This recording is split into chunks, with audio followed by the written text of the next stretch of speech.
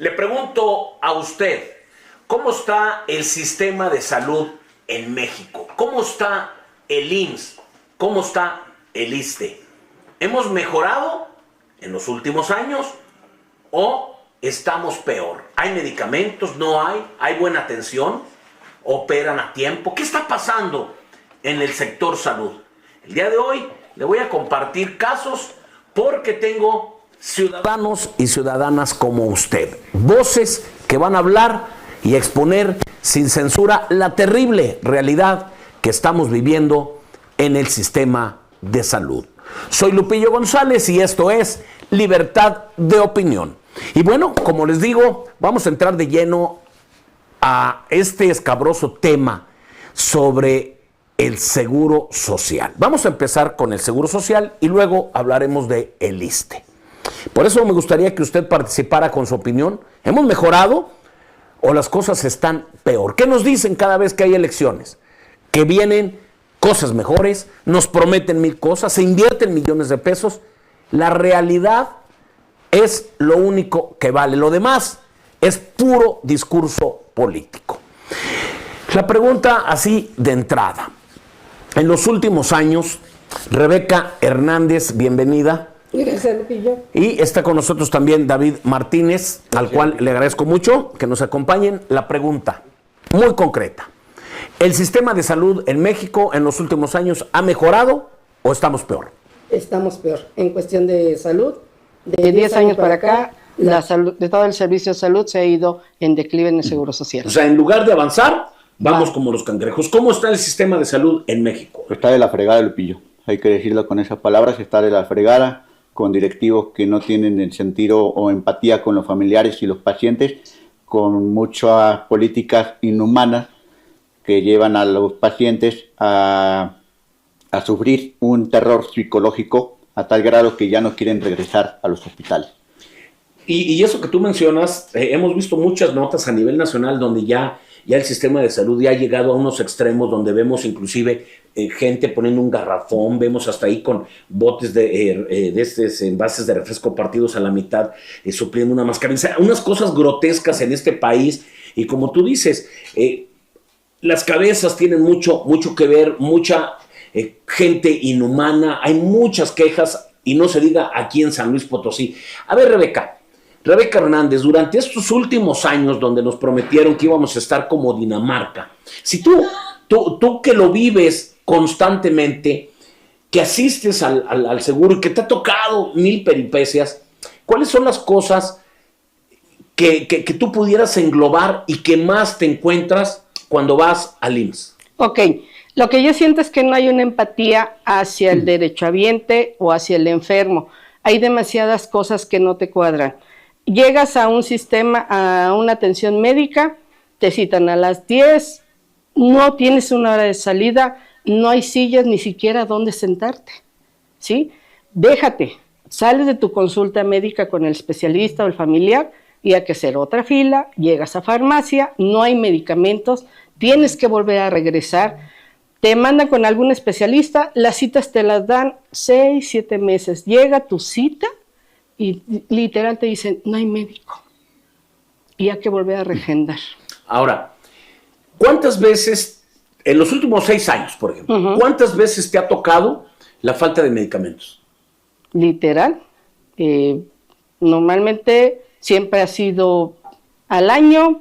Si yo tomo un medicamento cada mes, o bueno, mi hermana toma un medicamento cada mes, digamos que 5 meses sí me logran surtir la receta completa y en 6 meses tengo que regresar por el medicamento que me faltó, por la insulina, que es la más que yo batallo para conseguir. Entonces realmente no está surtido el medicamento. Déjate, hice una solicitud el año pasado para una insulina que me tenían que surtir. A la fecha ni siquiera se han tomado la molestia de hablarme y decirme que no ha llegado. Y ese es un detalle que tal vez la gente no capta. Ante el pésimo servicio que estamos teniendo en el sector salud, está afectando gravísima la economía de la gente, porque lo que pasa es nada más un ejemplo, lo que nos está platicando Rebeca. Si no llegan los medicamentos, una gente que se mueve, mete un amparo, pero es siempre tener que estar trabajando así, pero la mayoría de la gente no recurre a amparos, simplemente va y compran la medicina mermando su raquítico sueldo, porque vemos que en México la mayoría de la gente pues tiene pocos ingresos. Miren, ahora David nos va a platicar lo que está sufriendo con un familiar. ¿Puede usted creer que en este momento su familiar está requiriendo que sea atendida por un angiólogo? Es increíble que en todo San Luis Potosí no la pueda atender nadie en la capital de San Luis Potosí, porque en este momento no hay un angiólogo. Sí, fíjate, Lupillo, que desgraciadamente mi tía necesita la atención inmediata, urgente, de parte de un angiólogo. Por las razones que ya expuso aquí la compañera, nosotros solicitamos inmediatamente la subrogación por la urgencia del caso. Y bueno, pues ellos respondieron que ellos se van a encargar de dar la atención a través de un angiólogo, pero sorpresa, no hay angiólogo aquí en San Luis Potosí, y razón por la cual me la quieren mandar a Ciudad Valles, porque allá sí hay un angiólogo, pero también hay otra cosa, Lupillo, que los directivos no pueden garantizar que, si vamos a Valles, no pueden garantizar que vaya a ser acto de presencia el angiólogo. Y lo mismo, o sea, como puede estar, él no tiene el compromiso de estar a esa hora ni el día que dicen. Es decir, en San Luis Potosí ahorita solamente el IMSS te dice que hay un solo angiólogo que puede atender a tu tía y que te vayas a Valles. A Valles, exactamente. Y razones por no hemos aceptado eso porque tampoco han entendido las condiciones físicas de mi tía. Ella no puede hacer ese viaje de 5 horas de ida ni 5 horas de regreso por sus condiciones físicas. Entonces, pues desgraciadamente así tenemos que estar enfrentando esa falta de problemas, de problemas que hay. Y otra cosa que también dice mucho en materia de comunicación, Lupillo, y tú lo sabes, ningún directivo tiene la capacidad y la valentía de ver la cara de frente, a los ojos, y entablar una comunicación verbal y visual con los familiares de los se esconden realizan esa operación que le llaman avestruz, ¿no? Y bueno, aquí en San Luis ha habido muchísimas quejas con la delegada de nombre Isabel Cristina Rodríguez Néstor. Aquí mismo en este espacio han venido gente muy molesta, donde aseguran que ella se ha dirigido a estas personas como guaracheavientes, a ese nivel. Entonces imagínate, si así se dirige hacia la gente, menos va a dar la cara. Ahora, en el caso tuyo, ante esta situación tan grave, tú dices, yo voy a interponer un amparo porque es un derecho que tiene cualquier ciudadano. Metes un amparo, ¿cómo lo haces para que la gente lo conozca? Tienes que ir al juzgado del Poder Judicial de la Federación y tienes que presentar, en primera, hay que cumplir los pasos. Tienes que solicitar al Seguro Social la subrogación, pero bien fundamentada con la ley constitucional, la ley, en este caso particular, la ley de adultos mayores y la ley interamericana de adultos mayores. Con esos artículos fundamenté la solicitud al Seguro Social. Y tienes que poner que te respondan vía escrito. ¿Qué te imaginas? Que me respondieron verbal a través del el director me mandó el mensaje o la respuesta a través de su secretaria de que ellos se iban a encargar de la atención, pero a través tú pones el amparo. Exactamente. Te habla su secretaria y te dice que sí, no va a haber problema. Como ya te van a encargar, ellos te van a encargar, que me van a hablar para decirme cuándo la recibe el angiólogo. Pasó una semana, nunca se apareció, te dio esa llamada, y entonces ya fui al Poder Judicial de la Federación a solicitar un amparo para que puedan... Es cuando metes un amparo. Exactamente, okay. Es cuando ya ves que no hacen caso, órale, vámonos al amparo, y a eso responden que lo va a valorar un angiólogo en la 50, y es cuando nos damos cuenta de que no hay. O sea, metes el amparo, la respuesta del IMSS es sí, la vamos a atender.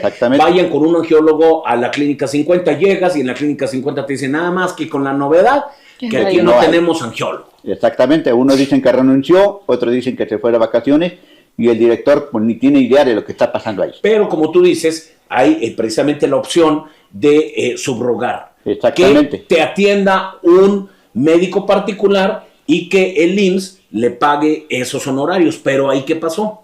Ahí se están resistiendo. Ellos insisten en que ellos lo quieren atender. Ahí es cuando me hablaron para mandarla a Ciudad Valles. y hasta ahorita estamos esperando la determinación del juez en ese tema. Muy bien, vamos a ir a un corte y regresamos. Compártanos qué está viviendo usted en el sistema de salud.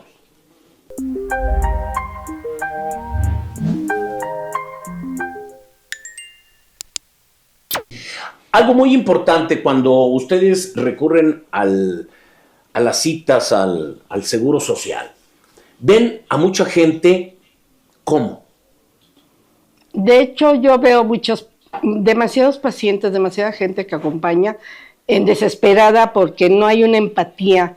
Llevan a veces va gente de la tercera edad, gente que no puede ni caminar y tiene que ir a recoger sus medicamentos. Te citan a las 9:30, te pasan a las 11.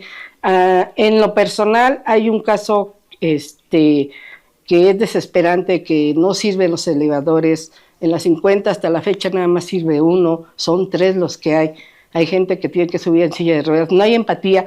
Siento que un gran problema también que hay es que tanto el personal administrativo, no hay una comunicación con la delegada, porque no conoce las necesidades reales que debe de cubrir cada clínica.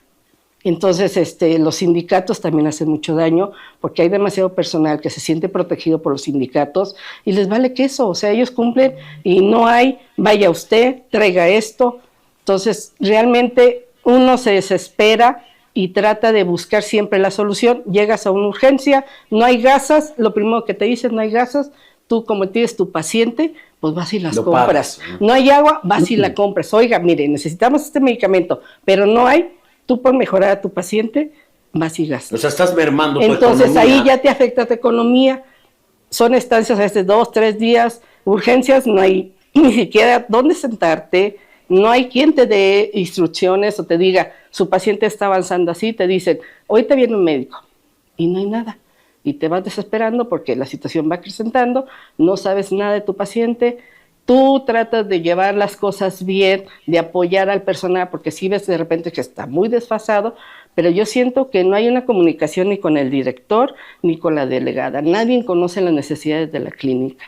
Únicamente los que sufrimos somos los mismos derechohabientes, los que llevamos a nuestros pacientes, a los que vas a cita médica, no hay medicamentos, regresa en 3 días, especialistas que deben de tener, ni siquiera lo cubren. Ahora también, así como hay gente que mencionas, dentro del sistema de salud también hay gente muy valiosa, hay gente que da el extra y así como tú dices, mismas enfermeras, algunos doctores andan poniendo hasta de su bolso, yo calculo pero se sienten desesperados porque no hay apoyo. Calculo que es un 30%. Hay una situación donde yo tuve que dar a mi paciente de alta, sin firmar la alta, porque no fue ni siquiera para ir a revisar si ya podía retirarse o no. Me eché 2 días con mi paciente después de operada y ni siquiera fueron a decirme si ya estaba bien o no, dejándome de prealta. Algo en todo este tiempo que llevas tú batallando y que pues tienes que asistir constantemente al sistema de salud, concretamente al Seguro Social, algo que tú hayas visto que se te haya quedado muy grabado.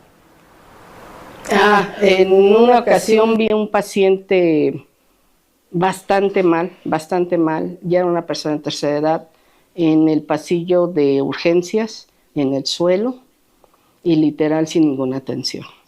Desafortunadamente las personas que la acompañaban no tenían un criterio como para hablar, exigir la atención médica, y pasaba la gente y lo brincaba, y entonces sí son situaciones bien difíciles que está pasando el seguro. Y la atención médica, no hay empatía en el personal. El 30% yo te aseguro que sí tiene la empatía, se desespera de no ver cómo su trabajo que está haciendo no se ve por ciertas personas que no apoyan en nada. Lo mismo, David, cuando tú has tenido que asistir, ¿qué es lo que percibes en los usuarios, en la gente que llega ahí y en el personal?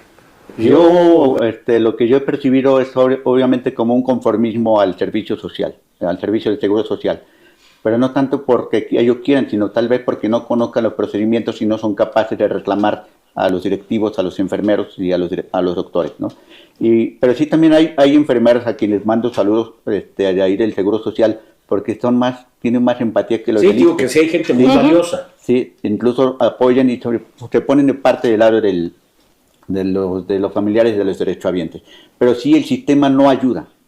Sí, incluso algunos enfermeros le dicen muchas gracias, procura que el sistema no te corrompa. ¿Sí? Si me permites, así en breve conversación nomás para que la gente se dé cuenta de cuándo viene el problema del Seguro Social. El señor Barriga, el ñoño, el de Chespirito, fue ginecólogo, ¿sí? Y empezó a hacer su servicio social en el ISSSTE o en el Seguro, ese sí no lo precisó. Pero Sí, dijo, sí vi esa nota. dijo una cosa muy importante: la medicina institucional deshumaniza a los médicos. Estamos hablando de antes de que fuera el señor Barriga, Lupillo. Sí, no, Estamos hablando de hace más de 50 años. Desde entonces está el problema del Seguro Social. Entonces, ese es el problema con el Seguro Social. La gente, pues obviamente por su condición a lo mejor de conocimiento o desconocimiento, pues no puede proceder como debería. Ahora, a manera de conclusión, David Martínez, ¿qué le dirías a las cabezas del sistema de salud? En manera particular, yo los reto a que hoy mismo subroguen la cirugía que urgentemente necesita mi tía. No me subestimen como un familiar de derechohabiente. Yo sí tengo conocimientos y conozco de leyes. Así que, por favor, el día de hoy ya tienen que subrogarle esa cirugía, porque si no, vamos a tener problemas de demandas por desatención y irresponsabilidad. No, claro, no hay que dejarse, David, y tienes ahí. Es que has vivido un calvario. Yo he visto que nos platicas lo que vives, y eso no es de hoy. Es decir, hoy ya es la conclusión de toda esa serie de cuestiones que has vivido. Exactamente, y no es un capricho la subrogación, es que ustedes como médicos deberían de investigar el por qué estamos exigiendo la subrogación. Vayan y chequen cómo se encuentra mi familiar. No son condiciones para viajar, ¿sí? Entonces, ya adquieran un sentido de humanidad el día de hoy, si quieren, por lo menos el día de hoy, pero debería de ser todos los días, para con todos los familiares, ¿sí? Ellos están pagando, están aportando por recibir ese seguro social. No es gratis. Claro, claro. No es gratis. Muchas gracias, Rebeca Hernández, por la confianza, por exponer la situación y por exigir un mejor sistema de salud. Gracias, David. Ya sabes que aquí siempre va a haber un espacio donde vas a hablar sin censura. Gracias. Gracias. Vamos a un corte y ahora vamos a dar más voces porque ahora sigue el turno del ISSSTE, porque ahí también se cuecen habas.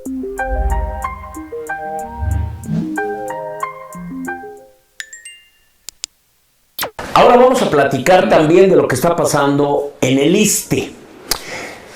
Jesús Canchola, tú has vivido un verdadero calvario en los últimos años porque, pues lamentablemente, tu esposa pasa por un problema de salud delicado y has vivido un verdadero calvario. ¿Por qué no le platicas a la ciudadanía, como familiar de un derechohabiente, todo el obstáculo, lo que has tenido que vivir y cómo has tenido, en cierta forma, qué has hecho para solucionar de manera casi desesperada toda esa serie de problemas?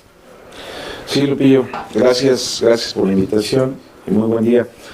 Desde un principio, que fue en el 2020, incluso en la época de la pandemia, fue una situación complicada que nos sucede ahí en familia. Y bueno, específicamente en la cuestión del ISSSTE, tuvimos un problema en el sentido de que al principio los medicamentos y algunas situaciones de quimios que se tenían que efectuar y todo, nos enfrentamos con el primer problema, que no había los medicamentos, los cuales al principio tuvimos que comprar algunos. Y caritos. Ahora, sí, cabe mencionar que este tipo de medicamentos, no en todos los casos se suministran los mismos medicamentos a los pacientes, dependiendo del tipo de cáncer que tienen las personas, pero era un promedio de 18,000 pesos lo que costaban los medicamentos, y estos había que comprarlos cada 21 días, que es cuando eran las sesiones de quimios. Entonces, esto nos llevó de alguna manera a pensar que esto nos iba a desfalcar económicamente, porque ya veníamos también de una situación anterior de un hospital particular, que ya habíamos gastado bastante dinero en ese sentido, y seguir con esta situación pues era imposible poder continuar porque nos íbamos a quedar prácticamente en la calle, ¿no? Esto nos llevó a que tuvimos que interponer un amparo ante el Poder Judicial para que de alguna manera esto obligara, de acuerdo al artículo 4 constitucional que nos da el derecho de la salud, para que en un momento dado obligara al instituto a que de alguna manera nos diera los medicamentos y obviamente las sesiones. Esto fue una serie de sesiones y finalmente, y gracias a este amparo, de alguna forma el instituto tuvo que aplicar toda esta situación que requería a mi esposa. Ahí nos detenemos tantito, Jesús, porque en ese lapso donde ustedes han batallado de que no hay medicamentos, que hay medicamentos, hay mucha gente que está viviendo la misma situación. Y todo el mundo está desesperado, todo el mundo se queja, pero como dijo en el corte anterior David, tal vez por ignorancia o son un cúmulo de cosas, la gente no hace nada, solamente se queja. Tú me platicabas que un día llegas con tus medicamentos y gente que tú veías constantemente ahí te dijo, pues usted de qué privilegios goza o cómo le hizo, ¿por qué todas las 200 personas que estamos batallando con nuestros medicamentos, todos los días venimos y no hay nada? Y usted, el día de hoy, vemos que ya viene con su medicamento. Sí, fíjate que la gente efectivamente se preguntaba cuando nos veía con los medicamentos, sobre todo porque, bueno, es un área específica, entonces en estas sesiones de quimioterapia, ¿cómo le estaba yo haciendo para obtener esos medicamentos cuando se suponía que el instituto no los tenía, la clínica del ISSSTE? Entonces, yo les comentaba aquí que tuve que interponer un amparo, y qué es lo que yo les aconsejaba, y me contestaba, oiga, pero las represalias y todo, bueno, señor, discúlpeme, ¿tiene usted dinero para comprar los medicamentos? No, entonces no le quedan más que dos cosas, ¿sí? O hace usted, interpone un amparo, o discúlpeme lo que le voy a decir, o se muere. No quedan más que esas dos sopas, ¿no? O esas dos alternativas. Entonces, lo que yo veo en la gente, la verdad, Lupillo, es que la gente tiene miedo. La mayoría de la gente es agachona y tiene miedo. O sea, en este caso hay que luchar, hay que pelear, y sobre todo cuando se trata de la salud, ¿sí? Y entonces te das cuenta de que la gente prefiere quedarse callada, prefiere no alzar la voz con todo su derecho, y entonces, bueno, después vienen las consecuencias, ¿no? Y ahí es donde la gente, yo invito a que tiene que pelear. Hay cuestiones, argumentos legales y todo, porque sé que también el ISSSTE, de alguna manera, como cualquier institución ahorita de gobierno, no se dan abasto porque tiene una infraestructura. En el caso del ISSSTE, tenemos un hospital general, Carlos Díez Gutiérrez, que entró en funciones en 1966, es decir, cumple ahora en julio 59 años de construido y de entrar en funciones el hospital, donde éramos 200,000 habitantes en aquel tiempo, ahorita somos 4 veces más. Entonces, imaginémonos en qué cantidad ha crecido el derechohabiente, en ese sentido, ¿no? El hospital ahorita tiene 78 camas hospitalarias que no dan abasto, tiene 3 quirófanos, 2 en funciones y 1 que dejan para cuestiones de urgencias o emergencias.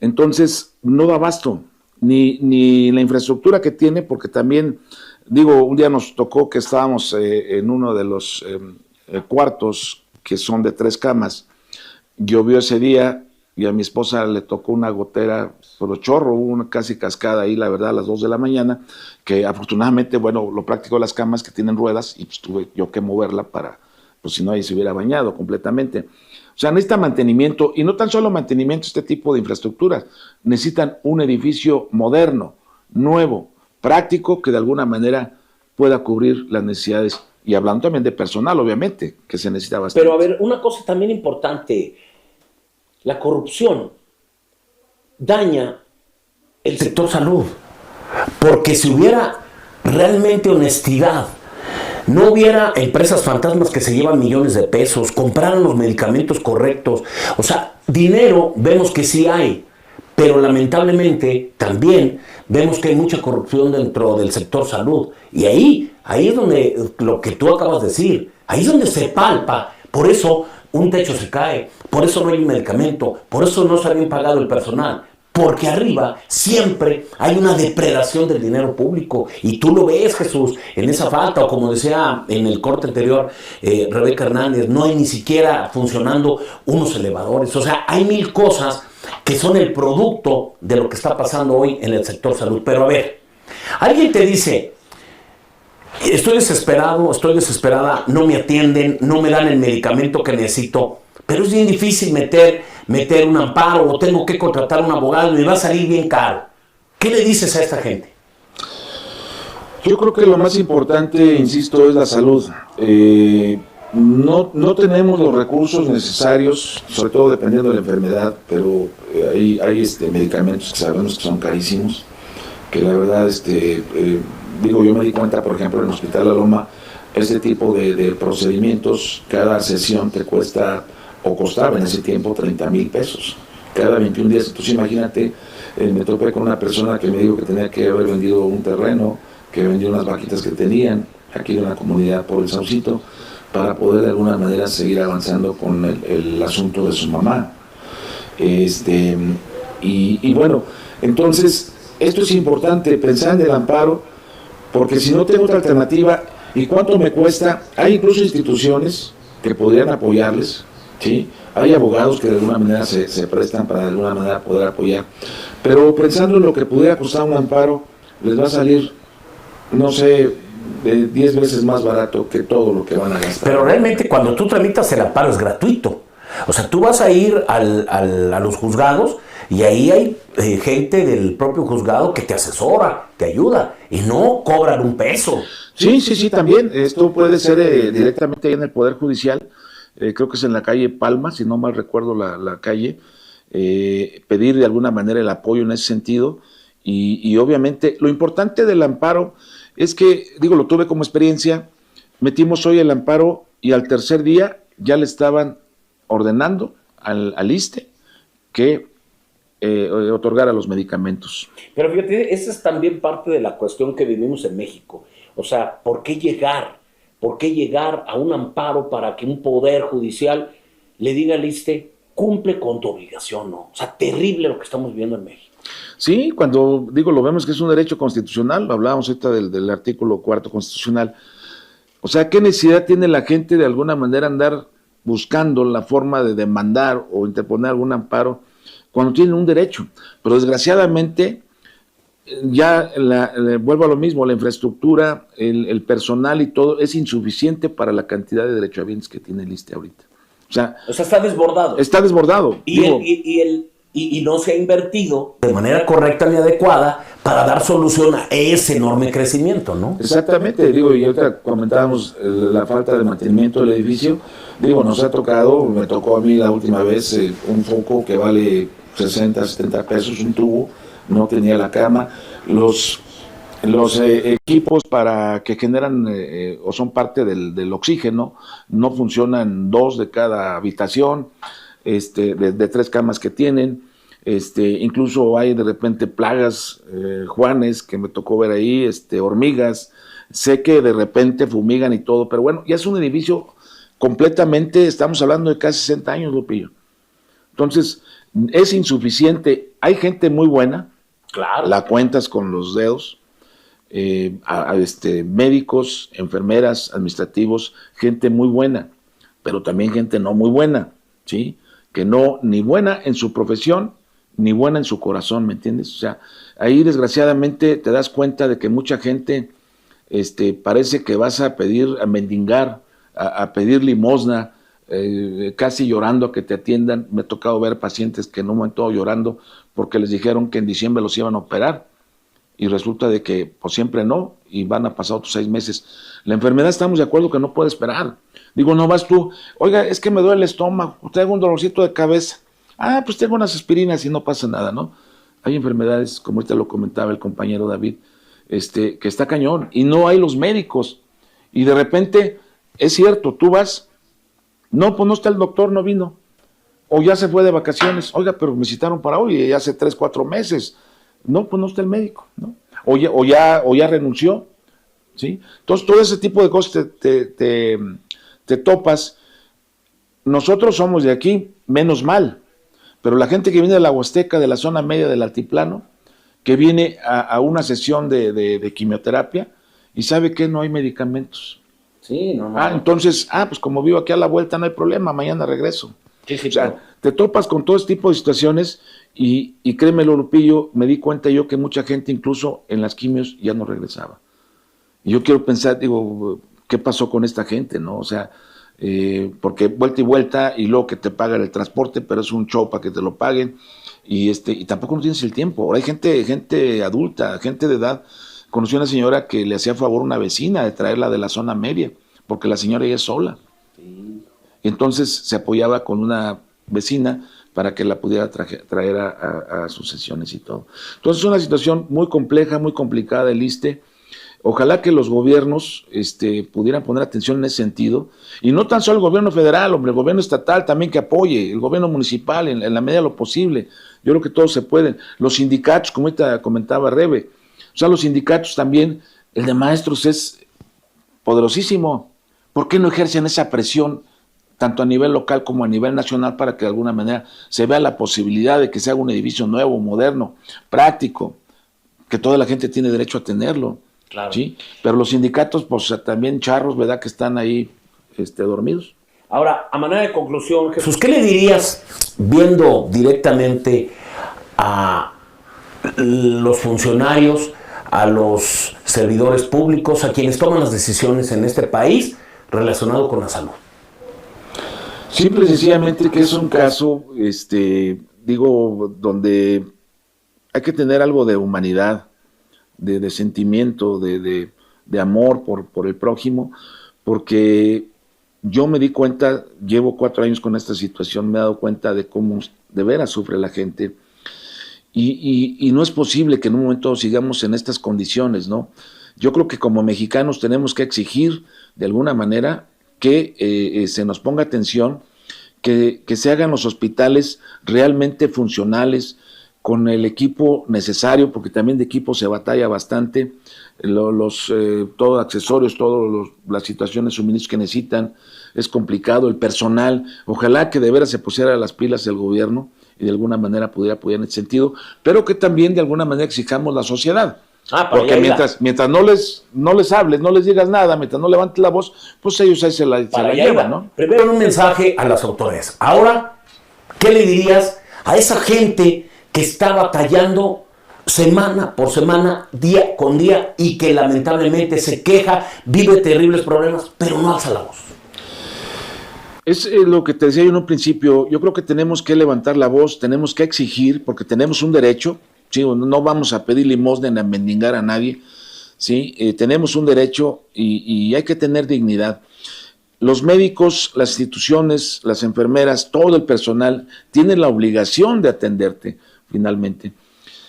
Es muy difícil porque tienes que tocar puertas, tienes que subir, bajar, sentarte, estirarte, encogerte, acostarte y hacer todo lo posible, pero eso es lo que tenemos que hacer como ciudadanos. Tenemos que luchar y buscar la forma de que esto de alguna manera se vaya regularizando a mejora, porque nuestra salud pues está de por medio y es una cosa importante de nuestra vida. Es decir, lo peor es quedarte callado y no hacer nada. Es correcto.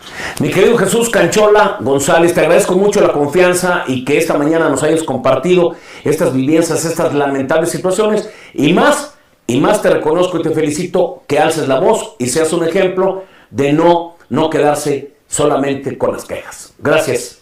Gracias, Lupillo. Gracias. Y recuerden que todos los miércoles aquí tenemos un programa donde hablamos sin censura, libertad de opinión. Soy Lupillo González y le deseo que tenga usted un excelente y maravilloso